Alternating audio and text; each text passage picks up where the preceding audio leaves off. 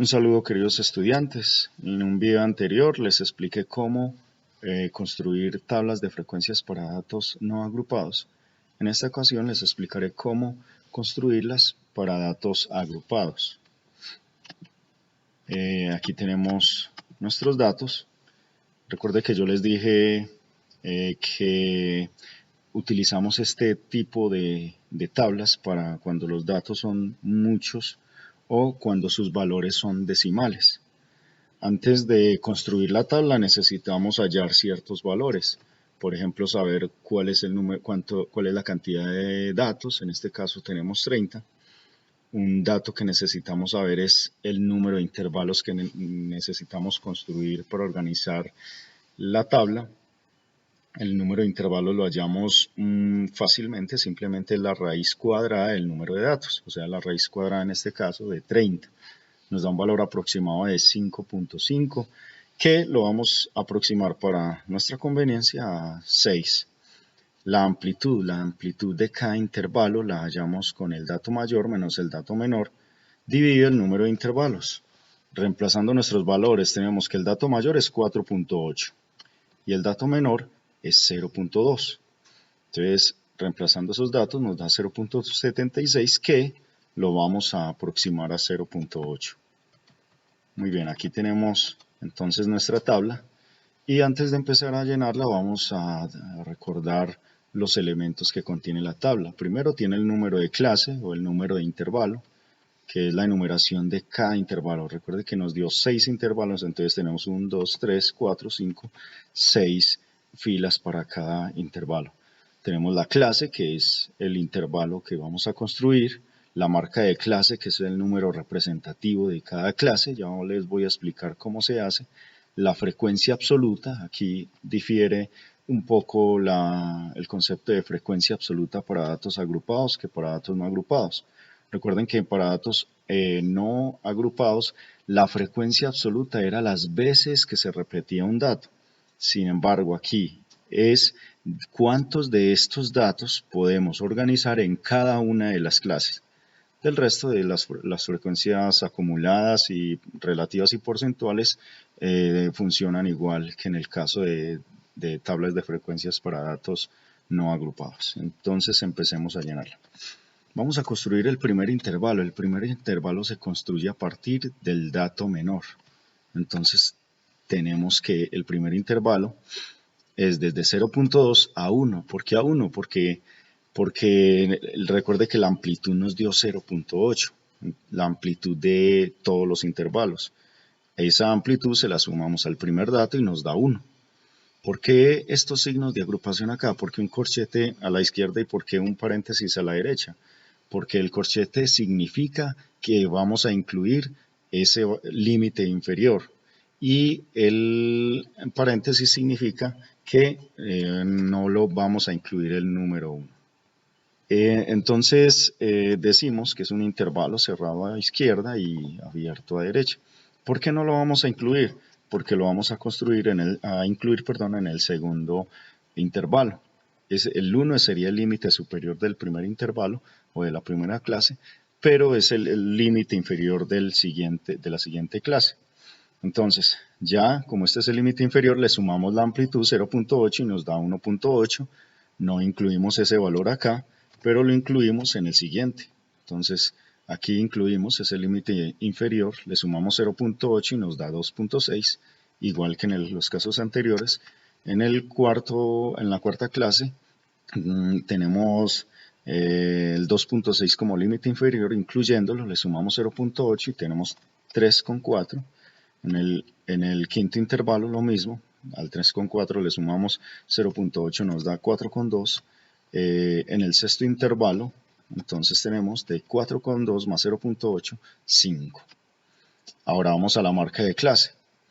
Como les dije anteriormente, la marca de clase es el valor representativo de cada clase, de cada intervalo. ¿Y cómo lo hacemos? Sumamos el límite inferior con el límite superior y lo dividimos por 2. En este caso 0.6, porque es 0.2 más 1, 1 con 2 dividido 2, 0.6. Podemos hacer lo mismo acá, 1 más 1.8 dividido 2 y nos da 1.4.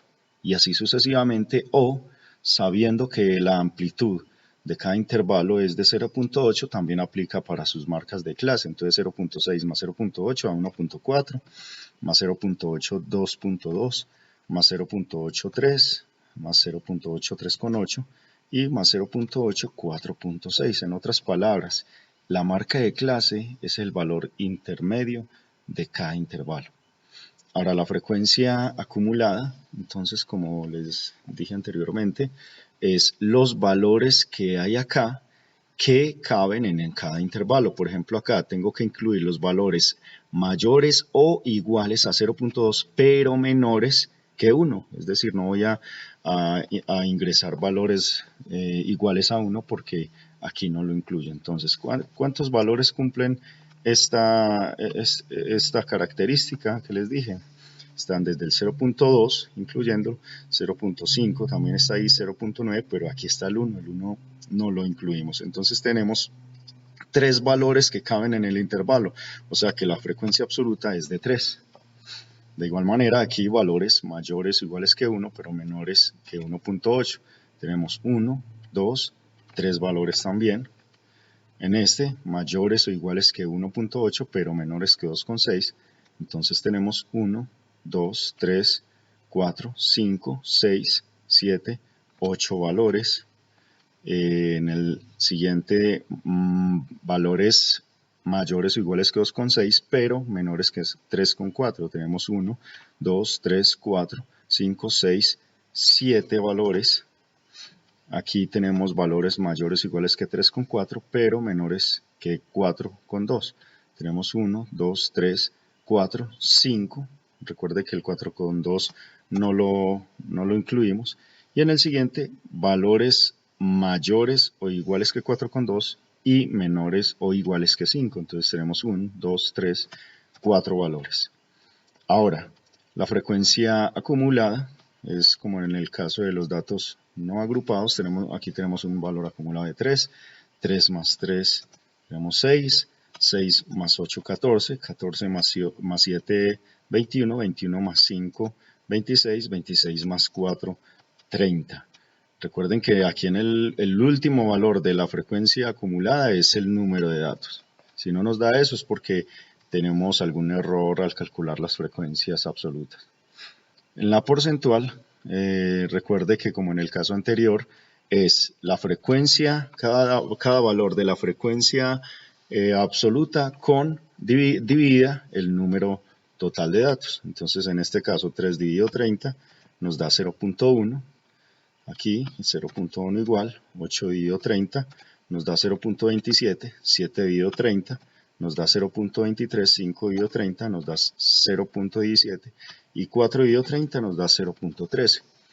Aquí tenemos la relativa acumulada, que es, aquí tenemos un valor acumulado de 0.1, 0.1 más 0.1, 0.2 más este valor, 0.47 más 0.23 nos da 0.7, 0.7 más 0.17 es 0.87 y acá nos tiene que dar un valor de 1. Si no nos da el valor de 1 es porque quizá tuvimos algún error o se nos perdieron algunos valores en estos valores aproximados. Muy bien. La porcentual es coger la relativa y multiplicarla por 100. 0.1% da 10. Aquí 10. 0.27% da 27. 0.23% da 23. 0.17% da 17. Y aquí el 13. Es decir que el 10% corresponden a este valor, a esta clase. El otro 10% de los datos están en estos valores. Un 27% de los datos están entre estos valores y así sucesivamente. Por último tenemos la acumulada porcentual. Aquí recuerde que la vamos a elaborar con la porcentual relativa. Entonces aquí tenemos una acumulada de 10, 10 más 10, 20, 20 más 27, 47, 47 más 23, 70, 70 más 17, 77 y 77 más 13, 100. Aquí nos tiene que dar el 100% de los datos.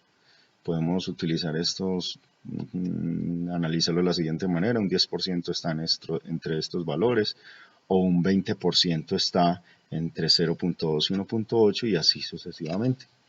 Bueno, eso es todo. Espero que les sirva este video. Ya ven que el tema es sencillo. Lo pueden ver el video cuantas veces sea necesario para que puedan comprender y realizar cualquier análisis en este tipo de tablas. Un abrazo.